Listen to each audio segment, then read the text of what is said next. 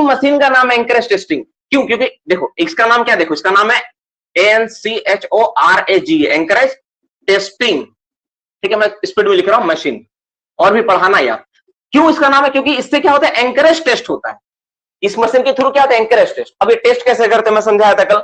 कैसा, मान लो ये रूफ में मेरा क्या रूफ बोल्ट लगा हुआ है, तो सबसे पहले हम लोग क्या करते हैं, मशीन यहाँ पे मशीन को लाके क्या करते हैं, पहले बेरिंग प्लेट और नट को खोल लेते हैं, याद रखना। उसके बाद मशीन कैसा होता है, पहले मशीन के बारे में जानो। मशीन क्या होता है ना, इस तरह का एक सिलेंडर होता है ना, एक सिलेंडर होता है। इसके ऊपर भी क्या होता है, एक पिस्टन लगा होता है, जो हाइड्रोलिक अगर फ्लूइड को तुम इसमें फ्लो करवाओगे ना, इसमें पाइप द्वारा जुड़ा रहता है, तो लंबा सा पाइप होता है, और इसमें क्या होता है, एक पिस्टन वाला एक सिलेंडर एक लगा होता है, ठीक है ना। इसमें क्या होता है, एक लीवर लगा होता है, जिसको हम लोग क्या करते हैं, यहाँ पे पंप जैसे अरेंजमेंट होता है। इसको तुम इसको कंटिन्यू प्रेस करोगे ना, तो यहाँ से क्या होगा, हाइड्रोलिक फ्लूइड को इसमें डालेगा, और ये क्या होगा, पिस्टन ऊपर उठेगा। अब सवाल आता है, सर जब ऐसा हो रहा था रीडिंग चाहिए, तो रीडिंग के लिए ना यहाँ पे एक डायल लगा होता है, घड़ी लगा होता है। तो इसी पिस्टन को क्या करते हैं, जीरो पे सेट करके, यहाँ पे जीरो पे लगा के, जीरो पे सेट करके हम लोग क्या करते हैं, यहाँ पे इस पिस्टन को एकदम बंद करके इसके अंदर फंसा देते हैं, यहाँ पर फंसा देते हैं। इस पिस्टन को ऐसे फंसा दिए, यहाँ पे फंसा दिए, नीचे से बेरिंग प्लेट लगा दिए, और उसके नीचे नट से टाइट कर दिए। सोचो ऐसे टाइट हो गया मेरा बेरिंग प्लेट नट पिस्टन।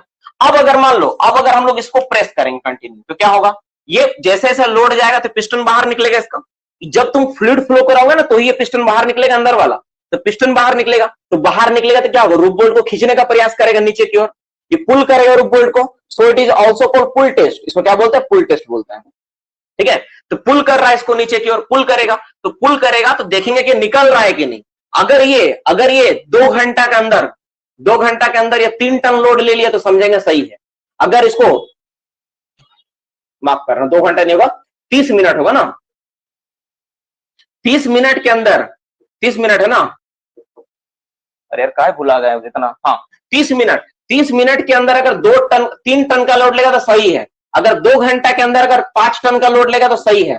और अगर 24 घंटा के अंदर अगर टेस्ट करेंगे तो कितना टन का लोड लेगा, 8 से 10 टन का लोड लेगा, तो समझो ये सही है। और अगर 28 दिन के अंदर अगर हम लोग देखेंगे ना, 28 डे में, तो कितना टन का लोड लेना चाहिए, 12 टन का लोड लेना चाहिए इसका, तभी समझेंगे सही है। नहीं तो मेरा सीमेंट कैप्सूल या रूफ बोल्टिंग ठीक से नहीं हुआ, फिर से रूफ बोल्ट करने का जरूरत, ठीक है। तो ये होता है टेस्टिंग। तो जो टेस्टिंग होता है वो 2 तरह का टेस्ट होता है। टोटल टेस्ट को क्या बोलेंगे, एंकरेज टेस्टिंग। तो टोटल कितना परसेंट होता है एंकरेज टेस्टिंग, तो टोटल रूफ बोल्ट का 10% करना होता है। अब ये जो टेस्टिंग है, 2 तरह का टेस्ट होता है। एक होता है डिजाइन, डिजाइन के ऊपर, DESIGN डिजाइन, और एक होता है तुम्हारा डिजाइन कैपेसिटी के ऊपर, एक होता है डिस्ट्रक्टिव टेस्टिंग, डिस्ट्रक्टिव। तो डिजाइन के ऊपर होता है ना, टोटल तो 10 हो गया, तो डिजाइन के ऊपर होता है केवल 9%, और डिस्ट्रक्टिव होता है 1%। डिजाइन कितना होता है, डिजाइन के ऊपर 9% ऐसा टेस्ट करेंगे, और डिस्ट्रक्टिव टेस्ट कितना करें, 1%। तो तुम बोलोगे सर ये जो लिखे किसका है, डिजाइन का है ना डिस्ट्रक्टिव का है, ये बाबू डिजाइन का है। ये किसके ऊपर का टेस्ट है, ये डिजाइन के बारे में समझा है। क्यों? क्योंकि तो ये डिजाइन बना हुआ रहता है कि इतना में इतना लोड लेना चाहिए, लेकिन डिस्ट्रक्टिव का मतलब क्या है कि कितना में फेल कर रहा है, कितना में रोबोट फेल हो जा रहा है, कितना में रोबोट निकल के आ जा रहा है, उसको क्या बोलेंगे, डिस्ट्रक्टिव टेस्टिंग। वो 1% करना होता है। तो एंकरेज टेस्टिंग मशीन से हम लोग एंकरेज टेस्टिंग करते हैं, टोटल रोबोट का 10% करना होता है, 9% डिजाइन के ऊपर होता है, 1% डिस्ट्रक्टिव टेस्ट होता है। तो 9% जो डिजाइन के ऊपर होता है, कैसा टेस्ट होता है, डिजाइन वाला जो टेस्ट होगा 30 मिनट में 3 टन दिखाएगा कम से कम, 2 घंटा में 5 टन मिनिमम दिखाएगा, 24 घंटा में 8 से 10 टन दिखाएगा, और 28 दिन में 24 टन का लोड दिखाएगा वो, तब समझेंगे कि डिजाइन वाला मेरा ठीक ठाक डिजाइन है, रोबोट का ठीक ठाक काम कर रहा है। और डिस्ट्रक्टिव टेस्टिंग कितना, वो 1% टेस्ट करेंगे, उसको निकाल के ही ले आएंगे कि कितना निकल पे आ रहा है, बस चेक करना उसको कि कितना पर वो फेल कर रहा है, कितना लोड आने पर फेल हो जाएगा, बस उसमें कोई रिकॉर्ड नहीं है, ठीक है। किसका डिस्ट्रक्टिव के वो रिकॉर्ड वहां मेंटेन कर देना होगा, लेकिन कितना पर फेल किया नोट करना होगा, लेकिन इसका कोई मापदंड नहीं है कि इतना पे फेल करेगा उतना पे फेल करेगा, इसका कोई मापदंड नहीं है, ठीक है। तो मोटा मोटी कुछ पार्ट था, ये कुछ समझाना था आपको, ठीक है, समझ गए होगे तो आप लोग जल्दी से यस करके रिप्लाई कर दो कि सर सब कुछ समझ में आ गया। हम लोग चैप्टर को आगे बढ़ाते हैं। ऑल क्लियर हो गया, थैंक यू सो मच। चलो, जो लगा टाइम लगा आज, लेकिन आप लोग समझ गए, सीख गया, ही मेरे लिए सबसे बड़ा उपलब्धि आज का क्लास का सबसे बड़ा। चलो बाबू, डिस्ट्रक्टिव टेस्ट करने का फायदा ये होता है ना, हमको पता चल जाता है कि लोड अगर आए तो मैक्सिमम कितना पर फेल करता है। जैसे मान लो, देखो आप कहीं झुलवा लगाए हो अपना बाबू के लिए, ठीक है, तो आप कभी रख खींच के देखते हो कि नहीं टूट कितना में रहा है। ऐसा तो नहीं होता ना, बच्चा को लगा बैठा के पहले झुला दिए, ऐसा होता है क्या? पहले आप खुद ट्राई करते हो, छोटा बाबू को बैठाने से पहले तुम बोले सर मेरा तो बाबू ही नहीं है। कौन बोला ही रिप्लाई, बोला यस सर मेरा तो बाबू ही नहीं है, कहां से टेस्ट करेंगे? अरे पड़ोसी का टेस्ट कर लेना, ठीक है ना।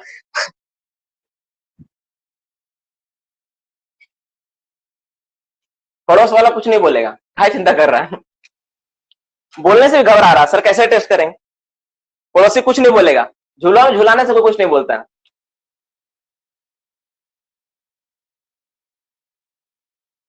हाँ, अपना बाबू को ले जाना टेस्ट करने के लिए, ये बात तो सही बोला। चलो, अपना बाबू को ले जाना टेस्ट करवाने के लिए समझ। तो ठीक है, यहां तक हो गया समझ में। अब हम लोग आज का टॉपिक का जो मेन पॉइंट है वो अपना टॉपिक पे आते हैं, टॉपिक को खत्म करते हैं। ठीक है, सबसे पहले इंपॉर्टेंट आज का टॉपिक है resin bolt. Resin bolt start करके इस पे खत्म करेंगे। ठीक है, RESIN, रेजिन बोल्ट। अरे यार,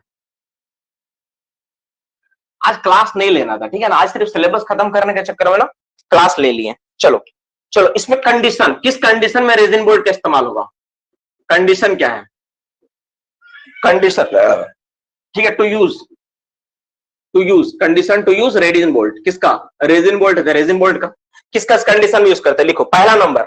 ठीक है, एक number condition, where RMR is less than 40। अगर RMR कहेगा कितना है, 40, ठीक है, 40,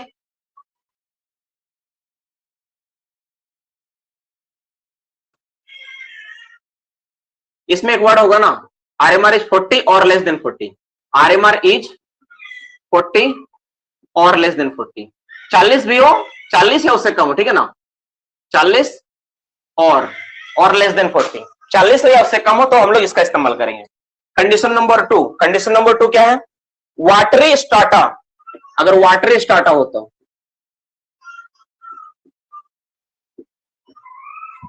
स्टार्टा कैसा मेरा,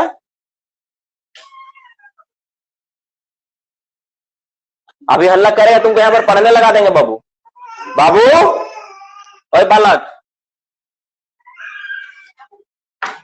तुमको लग रहा रो रहा, तुम लोग लग रहा रो रहा है ना, रो नहीं रहा है, वो अपना ठीक मस्ती में है। Where the width of the gallery is more than 4.8, अगर कहीं पे गैलरी का चौड़ाई, ठीक है, विड्थ ऑफ गैलरी, ठीक है, मोर देन 4.8 मीटर, अगर ये हो तो 4 नंबर कंडीशन। कंडीशन नंबर 4 क्या होगा, अच्छा 4 नंबर कंडीशन नहीं, जैसे इसका एग्जांपल क्या है, जैसे सीएम फेस, सीएम हो गया, कंटिन्यूअस माइनर में हम लोग करते हैं, ठीक है, कंटिन्यूअस माइनर में सीएम फेस जैसा हो गया, इस समय हम लोग होता है रूप बोल्टिंग, ये एंकरेज टेस्ट ये वाला रेजिन बोल्ट का इस्तेमाल होता है। ठीक है, तो मोटा मोटी ये हो गया आपका इसके बारे में, लिख लिए।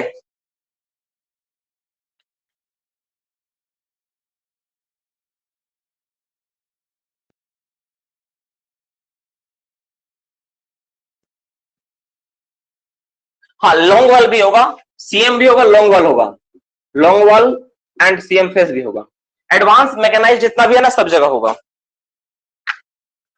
2 नंबर वाटरी स्टार्टा, जहां पर पानी चू रहा है सर,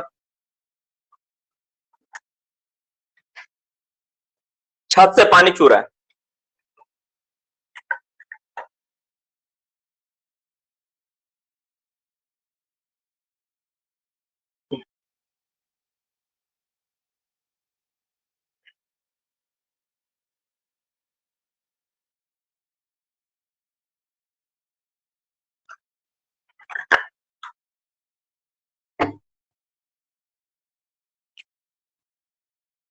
अरे पहले पूरा तो सुन ले, पहले पूरा क्लास तो कर लेने दे, वीडियो सही नहीं चल रहा है, एक बार रिज्वाइन कर लो, हो जाएगा।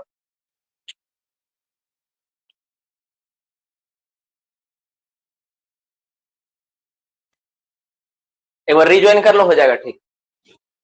चलो अब हम लोग बात करते हैं बाबू, क्या अब हम लोग बात करते हैं, अब हम लोग बात करते हैं किस कंडीशन में हम लोग रेजिन बोल्ट का इस्तेमाल करेंगे। तो सबसे मेन जो रीजन होता है ना, सबसे मेन रीजन होता है वो तो वाटरी स्टार्टा, यानी आपका जो छत है ना उसमें पानी टपक रहा है, तो पानी टपकेगा तो बोला सर क्या दिक्कत है, सबसे बड़ा दिक्कत है सीमेंट कैप्सूल सूखेगा नहीं, जाम नहीं लेगा वो, है ना, सीमेंट कैप्सूल फेल कर जाएगा, तो उसके जगह पे क्या रेजिन बोल्ट का इस्तेमाल करते हैं। तो रेजिन बोल्ट में से क्या है, उसमें रेजिन, रेजिन एक पेड़ होता है, उसका पेड़ से इस्तेमाल किया गया गोंद टाइप का लिक्विड को इस्तेमाल करते हैं, और अभी शायद कुछ केमिकल वगैरह से भी बनाया जा रहा है उस पेट में भी, लेकिन मुझे जहां तक पता है रेजिन पेड़ का नाम है ना, वहां से उसको गोंद का इस्तेमाल होता है।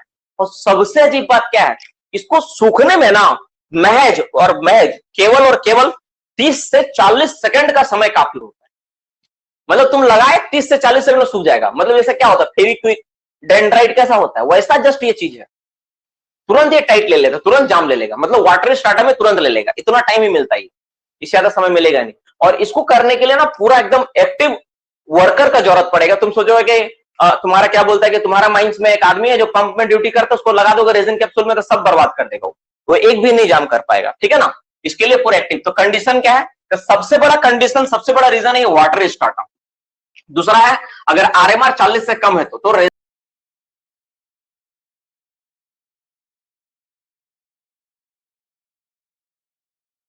करता है।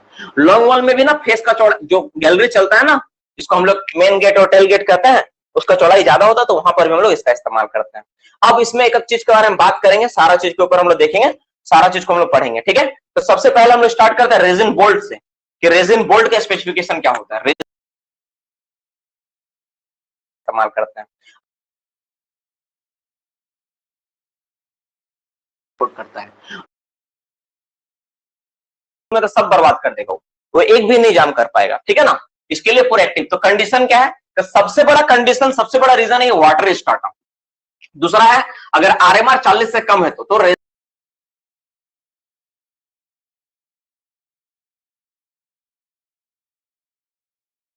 करता है।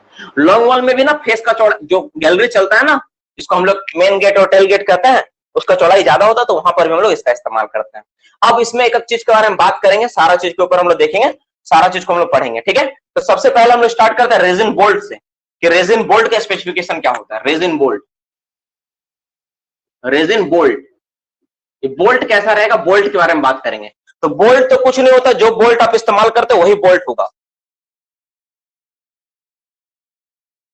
ठीक है। तो बोल्ट का डाया कितना होता है, डाया, इसका डाया जो कितना होता है, वही 20 से 22 mm, 20 से 22 मिलीमीटर का होता है। और ये क्या होता है, ये माइल्ड स्टील का बना होता है। 65 मैसेजेस,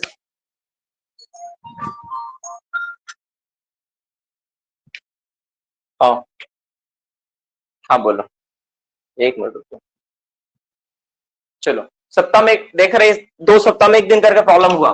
तो ये जो रेजिन बोल्ट इस्तेमाल करेंगे उसका डाया कितना होगा, वो 20 से 22 मिलीमीटर का होता है। और किस चीज का बना होता है, माइल्ड स्टील का बना होता है, ये होना चाहिए, इसका इस्तेमाल होता है, ठीक है। इसका लेंथ कितना लंबा होना चाहिए, तो जो रेजिन बोल्ट इस्तेमाल करोगे इसका लेंथ कितना होगा, लेंथ, लेंथ, इसका लेंथ होता है 230 सेंटीमीटर, ठीक है। इतना लंबा कम से कम आपको इस्तेमाल करना होता है,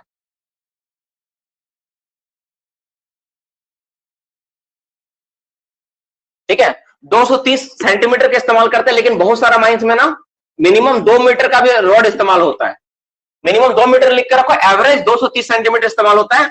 अब बहुत सारा माइंस में 2 मीटर का रॉड इस्तेमाल होता है, मिनिमम 2 मीटर चाहिए चाहिए, ये एवरेज इतना मैक्सिमम इस्तेमाल होता है, लेकिन कम से कम 2 मीटर का रॉड होना चाहिए, कम से कम 2 मीटर का रॉड का इस्तेमाल हम लोग करते हैं, ठीक है। नेक्स्ट, ठीक है, इस पर हो गया मेरा, ये हो गया इसके बारे में। अब हम लोग बात करते हैं इसका, किसके बारे में बात करेंगे, बोल्ट हो गया। बोल्ट के बाद हम लोग होल के बारे में बात करते हैं, होल, जो होल लगाएंगे हम लोग, ठीक है, होल। बोल्ट में यही डाटा है, चलो।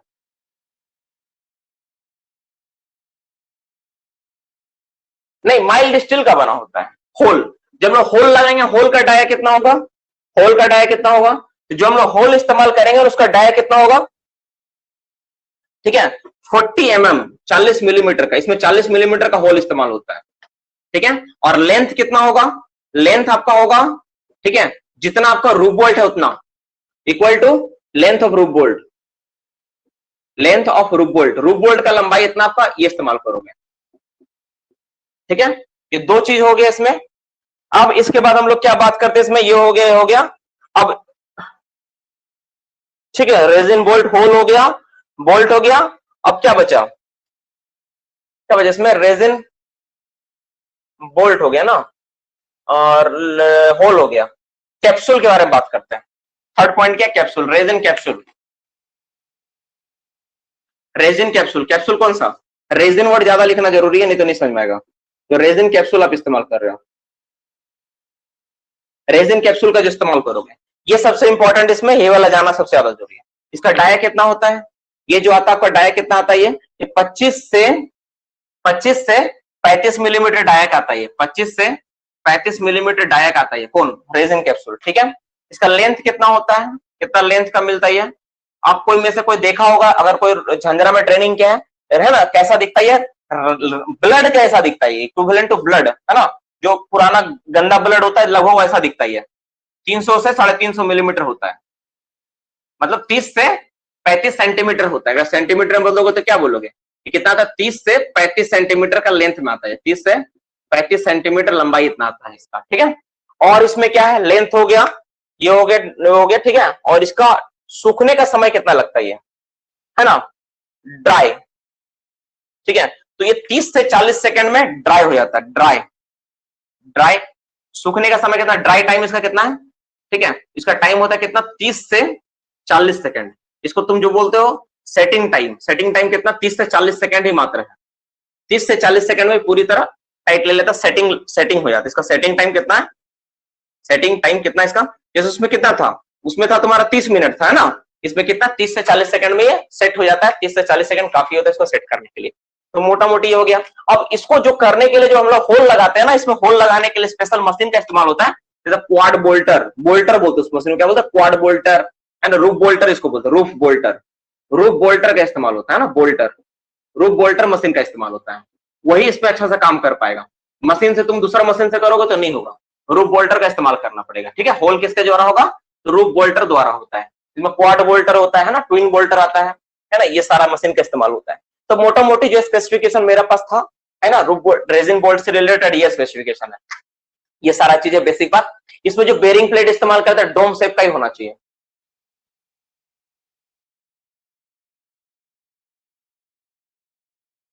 हाँ, रेजिन कैप्सूल दो तरह का होता है, एक फास्ट होता है, एक स्लो होता है। सही, ये फास्ट वाला मैं लिखा है, नहीं, कम से कम 2 मीटर, मिनिमम 2 मीटर होना चाहिए, मैक्सिमम तुम 5 मीटर भी इस्तेमाल कर सकता है, लेकिन जो भी तुम रूफ बोल्ट इस्तेमाल करोगे उसका लेंथ कम से कम 2 मीटर लंबा रहना ही चाहिए, उससे छोटा वाला नहीं चलेगा। जो बोल्ट इस्तेमाल करोगे उसका डाया 20 से 22 मिलीमीटर होगा। ठीक तो लिख रहे हो, जो रेजिन, आप एक बार समझा देते फिर से सुनो, देखो, जो हम लोग रेजिन बोल्ट इस्तेमाल करेंगे तो उसका डाया कितना होगा, 20 से 22 मिलीमीटर होगा पहला, लेंथ कितना होगा, 230 सेंटीमीटर या कम से कम 2 मीटर होना चाहिए। अधिकांश माइंस में ये इस्तेमाल होता है, इसलिए मैंने ये लिख दिया, लेकिन कम से कम 2 मीटर होना चाहिए। ठीक है, होल का कितना होगा, होल का डाया 40 मिलीमीटर का होना चाहिए, लेंथ कितना होगा, रूफ बोल्ट के बराबर होगा, और जिस मशीन का इस्तेमाल कर उसका नाम है रूफ बोल्टर मशीन, इसका जरिए होल होता है। हाँ, हो सकता है कम से कम 2 मीटर होना चाहिए, तुम 2.4 इस्तेमाल करो, 2.6 इस्तेमाल करो, कोई भी साइज का यूज कर सकते हो। रेजिन कैप्सूल कितना होगा, रेजिन कैप्सूल इस्तेमाल कर उसका डाया 25 से 35 मिलीमीटर का आता है, लेंथ कितना होता है, 300 से 350 होता है, और इसका सेटिंग टाइम कितना है, सूखने का समय कितना, 30 से 40 सेकंड। और ये क्या है, क्विक, दो तरह का होता है, एक स्लो और फास्ट होता है, ये मैं फास्ट वाला का बताया, तुरंत सूखता है ना, मैं उसके बारे में बताया, फास्ट वाला कितना जल्दी सूख जाता है। चलो, ये मोटा मोटी हो गया डेटा। माइनस कर दो एंगुलर स्पेसिंग के लिए, इसका डायस को माइनस करो, 20 से कितना आएगा, 22 मिलीमीटर हो जाएगा। ठीक है, इसमें ज्यादा डेटा नहीं लिखा हुआ है कहीं पे, है ना, इसका इंफॉर्मेशन भी ज्यादा नहीं, जो मैंने बुक में पढ़ा थोड़ा बहुत, जो बुक में मिलता उसी से मैं लिखवा दिया।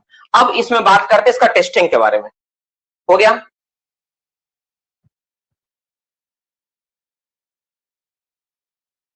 सर स्लो का टाइम नहीं मुझे मिला है, देखना पड़ेगा, हो जाता है, मशीन करता है। जेल टाइम भी होता है ना सर, जेल टाइम सुमन मुझे आइडिया नहीं आइडिया है। बेयरिंग प्लेट जो इस्तेमाल करेंगे, बेयरिंग प्लेट पे आप आते हैं, ठीक है, बेयरिंग प्लेट जो इस्तेमाल करोगे, ठीक है, बेयरिंग प्लेट का इंफॉर्मेशन ज्यादा मिला नहीं, इसका शेप जो होता है डोम शेप का होना चाहिए, शेप डोम शेप का होता है, और थिकनेस जो है 8 mm में होना चाहिए, थिकनेस, ठीक है, मिनिमम 8 mm होना चाहिए, मिनिमम 8 mm। किसी को इसका अगर ये क्रॉस सेक्शन एरिया पता हो तो प्लीज मुझे मैसेज कर दे कि हाँ सर पढ़े हैं। पैटर्न जो होगा, जो होल लगाओगे, होल का पैटर्न, रूफ बोल्टिंग का जो पैटर्न होगा, रूफ बोल्ट का पैटर्न, ठीक है, यानी रेजिन बोल्ट का पैटर्न, रेजिन बोल्ट का पैटर्न, पैटर्न किस पैटर्न में होल्ड करोगे? तो जो पैटर्न का इस्तेमाल करोगे कितना होगा? वो ग्रिड पैटर्न ही होगा, ग्रिड पैटर्न ही इस्तेमाल करोगे ग्रिड में।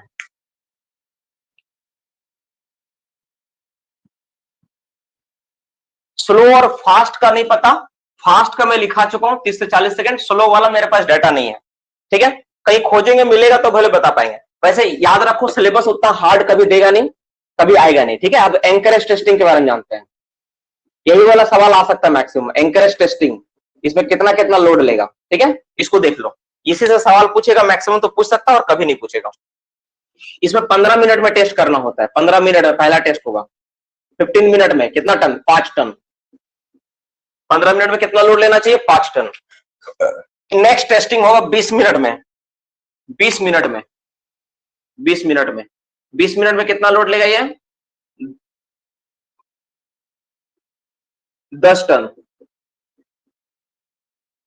नेक्स्ट टेस्टिंग होगा 24 घंटा में, 12 से 18 टन। फिर टेस्टिंग कब करेंगे? 24 घंटा में। कितना होगा? 12 से 18 टन। देखो सवाल जितना आता है ना लगभग उतना मैं डेटा लिखवा दे रहा हूं, उतना मैं करवा दे रहा हूं। कुछ कुछ और डेटा रहेगा मुझे मिला नहीं है ना, या इस कॉपी में नहीं लिखा हुआ है, वो मैं छोड़ दिया। हाँ, 3 मिनट एक बुक में लिखा हुआ, वो स्लो वाला का है, ठीक बोल रहे हो?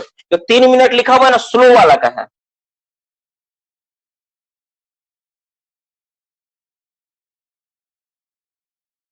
अच्छा 1 मिनट इसी में लिखा हुआ, इसी का डेटा है, इसी में लिखा, मैं समझा देता हूं। 3 मिनट है ना बाबू, वो सूखने का टाइम है, ड्राई टाइम। वो जो ड्राई टाइम लिखा है ना, वहां पे ड्राई टाइम वहां काट दो। वहां पे क्या है वो, हाँ उसमें क्या है ना, सॉलिड एंड हार्ड, उसको सूखने, मतलब सॉलिड एंड हार्ड मतलब सेटिंग टाइम उसका 30 से 40 सेकंड में सूख जाता है।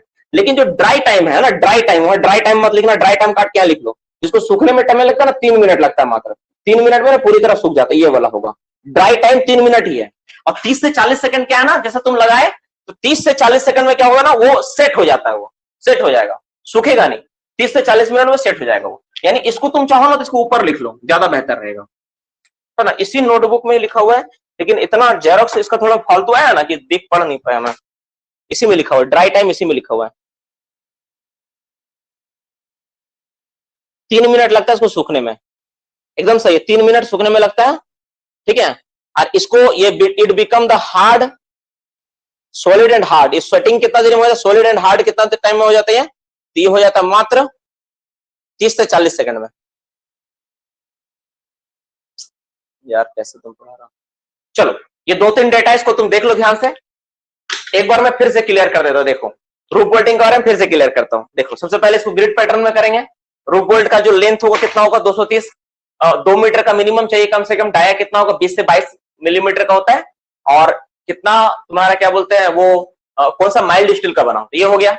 बेरिंग प्लेट का थिकनेस कितना होगा? 8 मिलीमीटर होता है और डोम शेप का होता है, ठीक है? नट वगैरह के बारे में जैसे तुम पढ़े पुराना वाला सब वही डेटा रहेगा, कोई दिक्कत नहीं है, सारा उसमें यूज कर सकते हो इसका वाला। इसके बाद जो सबसे बड़ा बात है रेजिन कैप्सूल, जो रेजिन कैप्सूल आप इस्तेमाल करते हो, वो रेजिन कैप्सूल क्या होता है? वो रेजिन कैप्सूल कितना आता है?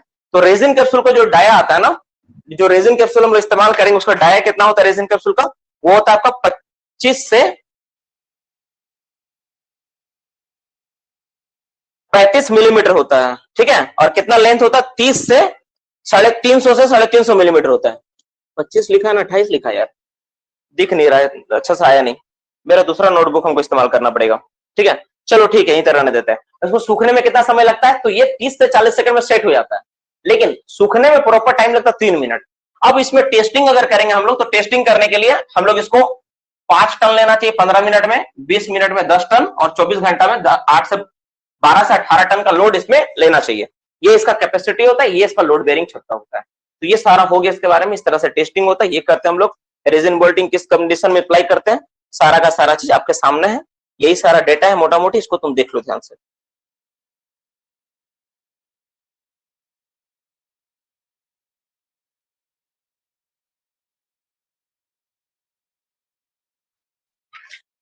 चलो कुछ एमसीक्यू क्वेश्चन है, फटाफट लिखाऊंगा, चैप्टर को क्लोज करूंगा, ठीक है? ज्यादा इंपॉर्टेंट वही है।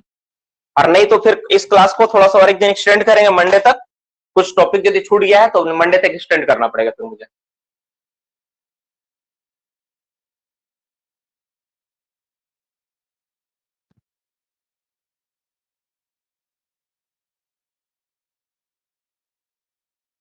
अच्छा, दीपेश का एक आंसर है। दीपेश, तुम्हारा आंसर को मैं ले लेता हूं, बहुत अच्छा आंसर दीपेश भेज दिया है। वो बोला है कि सर मेरा माइंस में इस्तेमाल होता है, मैं इसका फोटो क्लिक कर लेता हूं। ठीक है, दीपेश बोला है। दीपेश का आंसर को मैं लिखवा दे रहा हूं, स्लो वाला का। जैसा बोले ना कि सर फास्ट वाला का तो डेटा है, स्लो वाला का पता नहीं, तो स्लो वाला का लिख लो। मतलब इसका जो सेटिंग टाइम है ना 134 सेकंड है।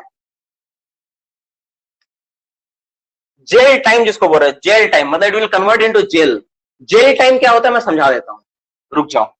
देखो दो तरह का है। पहले अब एक काम करते हैं, मैं चार्ट बना के बता देता हूं। ठीक है, सेटिंग क्या बोले इसको, हेडिंग क्या होगा, रेजिन कैप्सूल सेटिंग टाइम। ध्यान से, अगर पुराना वाला डेटा को अगर तुम छोड़ भी दोगे तो ज्यादा बेहतर है, छोड़ देना ज्यादा अच्छा रहेगा। ठीक है, तो दो तरह का चीज आता है। पहला आता है दो कैटेगरी, एक स्लो स्लो टाइप का आता है, स्लो, और एक होता है फास्ट टाइप, जो मुझे समझ में आया अभी तक। ठीक है ना, स्लो और फास्ट दो तरह होता है। ठीक है, तो जो स्लो वाला कैप्सूल में दो तरह का चीजें कैलकुलेट करते हैं हम लोग। एक होता है तुम्हारा gel time. Gel time, gel का मतलब क्या है, इसमें जो सीमेंट कैप्सूल है वो ड्राई होगा, ड्राई हो जाता है और हार्ड हो जाता है, ड्राई एंड हार्ड बन जाएगा, ये होता है। सीमेंट कैप्सूल क्या होता है, ड्राई एंड हार्ड बन जाएगा। तो अगर हम लोग स्लो वाला का बात करेंगे, अगर जो स्लो वाला काम कर रहा है, तो स्लो वाला में कितना होगा, स्लो वाला में होगा 134 सेकंड लगेगा, 134 सेकंड, 134 सेकंड।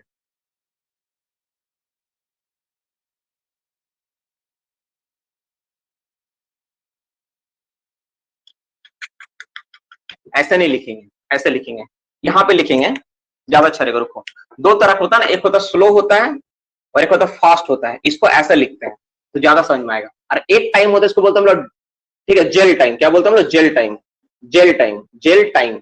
जेल टाइम का मतलब क्या होता है, जेल टाइम का मतलब होता है ड्राई, इसका मतलब ड्राई हो जाना, एंड ड्राई हो जाना, सूख जाना, और हार्ड हो जाना, हार्ड होगा ये। ठीक है, ड्राई एंड हार्ड होगा। और देखो ये मैंने कभी इस्तेमाल नहीं किया, वो भी इसलिए इतना ज्यादा दिक्कत है। हम सिर्फ एक बार झंझरा में जाके देखे हैं कि कैसे होता है, कैसे लगता है, बस हम देखे जरूर है, ये बात क्लियर है। लेकिन उसके बाद हमको इसके बारे में ज्यादा आइडिया है भी नहीं। जेल टाइम होता है जो ड्राई, और ये अरे दूसरा होता है सेटिंग टाइम। सेटिंग मतलब सूख जाना, अच्छे से लग जाना।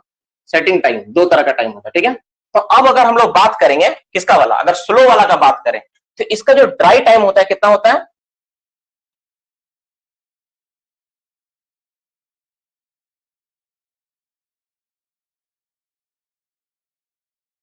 ये होता है 134 सेकंड।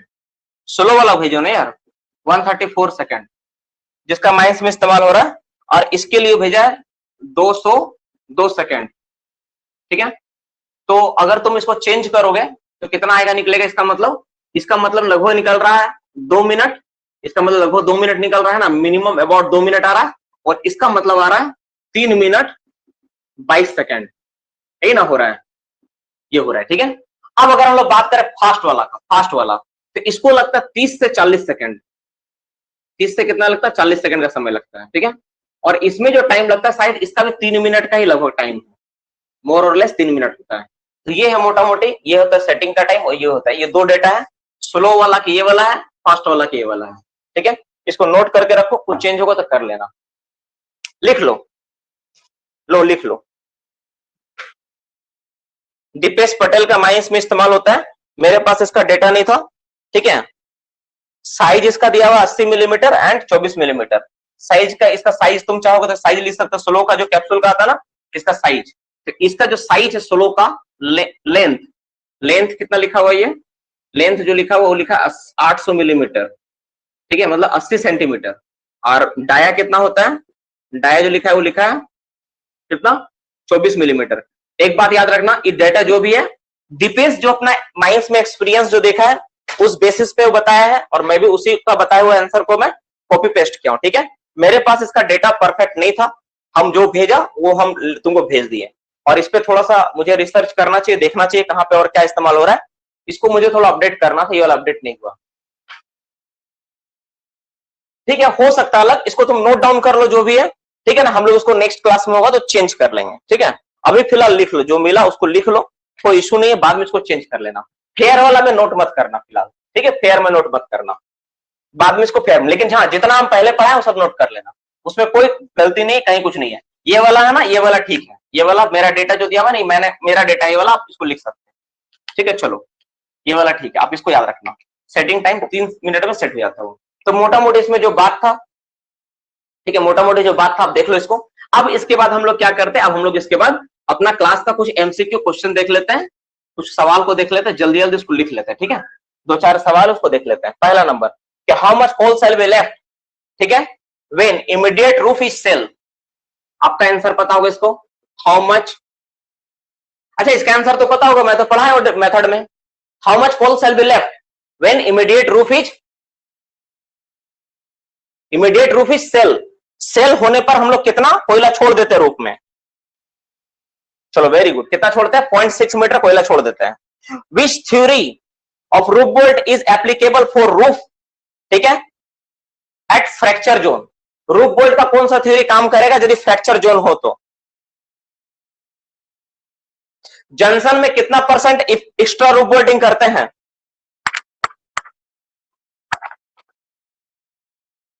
कितना? 25% एक्स्ट्रा करते हैं। वेरी गुड, ठीक है। रूफ फॉल होने से from how much distance examine shall be done in case of heavy roof fall. Question ये बहुत इंपॉर्टेंट, कारण नहीं पता, ठीक है। लिखो फ्रॉम हाउ मच डिस्टेंस, ठीक है, distance roof shall be examined, roof shall be examined in case of heavy roof fall, in case of heavy roof fall, अगर बहुत ज्यादा रूफ फॉल हो जाए, बहुत हेवी रूफ फॉल हुआ है, इन केस ऑफ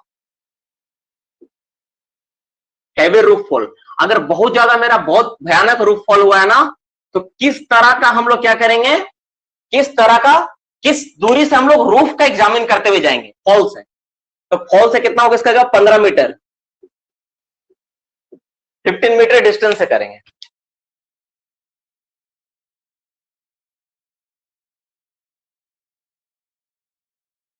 अच्छा, जहां पर रूफ फॉल होता है ना बहुत जगह, हमको क्या करना था, वहां पे बहुत बार वॉल बनाना होता है, दीवार बनाते हैं, ठीक है। अगर इसमें रूफ फॉल को सपोर्ट करने के लिए हमको वॉल बनाना पड़े, ठीक है, the thickness of wall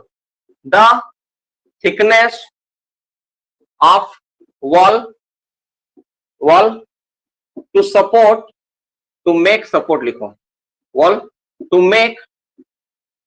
make support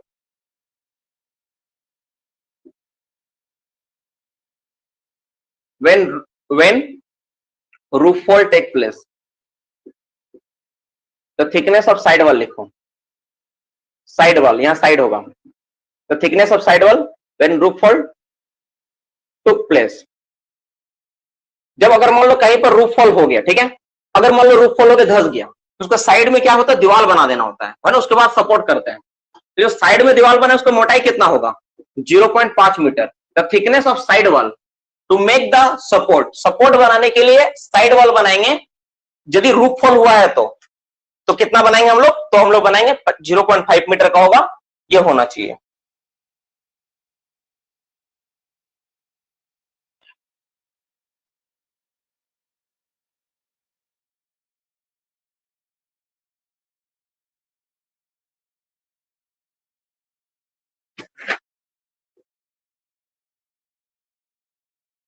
बस यही सब कुछ डाटा था। अगर कौन सा रूफ है जो देखो कौन सा रूफ है जिसमें हम लोग क्या करते हैं, जिसमें हम लोग अनरिलायबल है, जिसमें हम लोग भरोसा नहीं कर सकते। कौन सा रूफ को हम लोग भरोसा नहीं कर सकते? किस रूफ पे हम लोग भरोसा नहीं करते हैं? शैल रूफ पे हम लोग भरोसा नहीं करते ना, शैली रूफ पे हम लोग भरोसा नहीं करते। ये सारा चीज है, सवाल बेसिक क्वेश्चन है जो आप लोग पढ़े भी हो, क्लास में भी डिस्कशन हुआ है, ये सबको याद रखना। और सवाल एक दो है वैसा तो हमको लगा नहीं इंपॉर्टेंट है, मैं छोड़ रहा हूँ सब चीज को, ठीक है ना, वैसा कुछ नहीं लगा। क्लास में डिस्कशन क्या हो उस सबको याद रखना, जितना जितना बात बोला हूं ये सारा चीज को लिख सकते हो। जो क्यूबिकल शेप में अगर मान लो स्टील चौक है, उसका कितना क्रॉस सेक्शन होता है, साइज क्या होता है? साइज ऑफ स्क्वायर चौक, साइज ऑफ क्यूबिकल स्क्वायर चौक। जो क्यूबिकल स्क्वायर चौक देखे हो उसका साइज क्या होता है? उसका साइज होता है 90 centimetre into 90 centimetre into 90 centimetre, ये साइज का आता है। 1 मीटर पढ़ते हो लेकिन ये आता है। और पाइप का जो थिकनेस उसमें देखना, इस तरह तुम देखे हो, इस तरह नहीं देखे हो, बहुत सारे स्क्वायर चक तुम लोग ढोया होगा माइंस के अंदर, मुझे पूरा यकीन ऐसा वाला, इसी का साइज का मैं बात कर रहा हूं। और ये जो मोटाई देखते हो ना कितना मोटा होता है, इसका थिकनेस कितना होता है बाबू, इसका थिकनेस होता है, इसका जो थिकनेस होता है 4.8 मिलीमीटर, इतना मोटा होता है ये, ठीक है।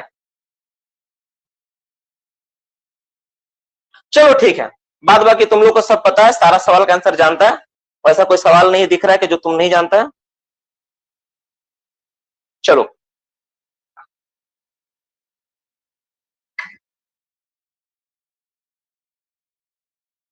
चलो, तो ये सारा पार्ट रहा, सारा पार्ट में लगभग ये था, ठीक है।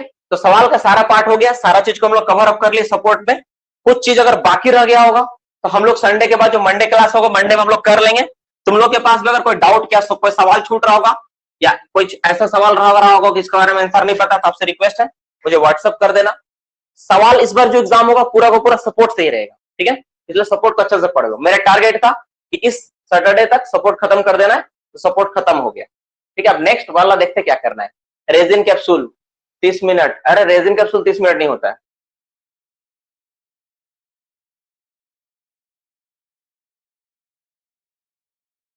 ये कहां पढ़ा तुम? हाँ 48 मिलीमीटर होगा sir. Friction proof, square proof, hydraulic proof, steel arch, ये सब बाकी है ना सर। देखो गंगाधर, बाकी तो है लेकिन सवाल नहीं आते एग्जामिनेशन में, है ना। बेसिक आइडिया आपको क्लियर होना चाहिए कि चीज है क्या, हाइड्रोलिक क्या होता है, क्या होता है, सब इसके बारे में कुछ इंफॉर्मेशन लाइक कुछ है ही नहीं, क्योंकि सबका कैपेसिटी अलग अलग होता है तो सब प्रूफ ही। इंफॉर्मेशन सिर्फ बेसिक पता होना चाहिए। अगर आप लोगों को इसके बारे में जानना है तो मैं देखो, वैसा नहीं कि आपको नहीं पता चला, जो मैंने क्लास में बताया कि स्क्वायर प्रूफ क्या होता है, स्क्वायर शेप का होता है, उसको लगाते हैं। हाइड्रोलिक प्रूफ क्या होता है, हाइड्रोलिक फ्लूइड के ऊपर काम करता है। फोर पुलिंग अभी इस्तेमाल नहीं होता राहुल, जहां पर चाल बहुत खराब होता है वहां पे इस्तेमाल होता है। तो ये सारी चीजें जो आउटडेटेड है, जहां पे एग्जाम में सवाल नहीं आने को उम्मीद, उसको हम अवॉइड किए हैं, ये तो सच है। देखिए देखो, अगर पूरा चीज को सब चीज को लेके चला जाना तो फिर सिलेबस इतना भास्ट बन जाएगा जिसको तुम पढ़ तो लोगे लेकिन एग्जाम में आने का चांसेस बहुत कम है और स्ट्रेस बनेगा, सिर्फ कोई फायदा होने वाला नहीं। जहां तक मैं पढ़ चुका हूं, जहां तक मुझे लगा कि हाँ ये डेटा इंपॉर्टेंट है, वो करवा दिया। आपसे रिक्वेस्ट है कि हर चैप्टर के बाद 2-3 पन्ना छोड़ के रखो। अगर कुछ वैसा इंफॉर्मेशन लगे कि नहीं ये पढ़ाना चाहिए था तो फिर से मैं नोट करवा दूंगा, ठीक है ना। उसके लिए निश्चिंत रहो। आज तक का रिकॉर्ड है टिल नाउ, एक भी ऐसा क्वेश्चन नहीं था एग्जामिनेशन में जिसको मैंने नहीं टच किया, और वैसा क्वेश्चन अगर टच नहीं किया तो सभी के लिए, ठीक है, कोई भी बच्चा नहीं उसको टच किया, वैसा था। सिलेबस से बाहर क्वेश्चन नहीं जाता है। नेक्स्ट क्या होगा, नेक्स्ट टॉपिक में हम लोग स्टाटा कंट्रोल और मॉनिटरिंग डिवाइस जो होता है, जैसे टेल हो गया, कन्वर्जेंस रिकॉर्डर हो गया, सब पे क्लास करेंगे। चलो अब इतना ही क्लास को रहने देते हैं, ठीक है। नेक्स्ट क्लास हम लोग, आप लोग भेज देना जो भी डाउट रहेगा। कोई भी टॉपिक ऐसा लगे कि सर ये छूटा हुआ है, उस टॉपिक को भी भेज देना, ऐसा नहीं कि मत भेजना, उसको भेजना, मैं मार्क करूंगा, मैं देखूंगा कि ये इंपॉर्टेंट है कि नहीं। अगर जरूरत पड़ा मंडे के दिन, जैसे अभी तक तो सपोर्ट तो ऑलमोस्ट खत्म हो चुका है, तो मंडे वाला दिन अगर जरूरत पड़ेगा तो उस चीज को नोट्स बना के मैं आपको एक साथ उस दिन करवा दूंगा। तो क्या होगा, उस दिन मंडे वाला दिन पूरा का पूरा चैप्टर खत्म हो जाएगा। बचेगा 3 दिन क्लास बचेगा मेरा, 3-4 दिन बचेगा। तो इस एनी हाउ हम लोगों को सैटरडे तक पूरा का पूरा सपोर्ट पूरा खत्म कर देना है, स्टाटा मॉनिटरिंग पूरा खत्म कर देना है, ठीक है। तो पूरा का पूरा चैप्टर खत्म हो जाएगा। और लेफ्ट वाला क्वेश्चन कितना है कि रूफ में हम लोग 0.6 मीटर कोयला छोड़ देते हैं अगर ऊपर में शेल हो तो। सर डीजीएमएस के क्वेश्चन को सर अशोक देखता हूं मैं, दुर्गा पूजा के टाइम में जो छुट्टी वुट्टी रहेगा 2-4-5 दिन तो छुट्टी मिलेगा ही, हम तो रहेंगे नहीं यहाँ, हम घर जाएंगे 5-6 दिन के लिए। तो 2 अक्टूबर से हो सकता है तुम्हारा 5-6-7 अक्टूबर तक छुट्टी रहे, 5-6 अक्टूबर तक छुट्टी रहे, तो 6 अक्टूबर तक अगर छुट्टी होता है क्लास तो उस बीच एक आध दिन टाइम निकाल के मैं करवा दूंगा। वैसे दुर्गा पूजा में पढ़ाने को उम्मीद कम ही है ना, बहुत कम है। उस सप्ताह क्लास तो ना के बराबर ही तुम समझ के रखो कि क्लास होगा, ऐसा उम्मीदें मत करना। चलो तब तक के लिए bye, good night, sweet dreams.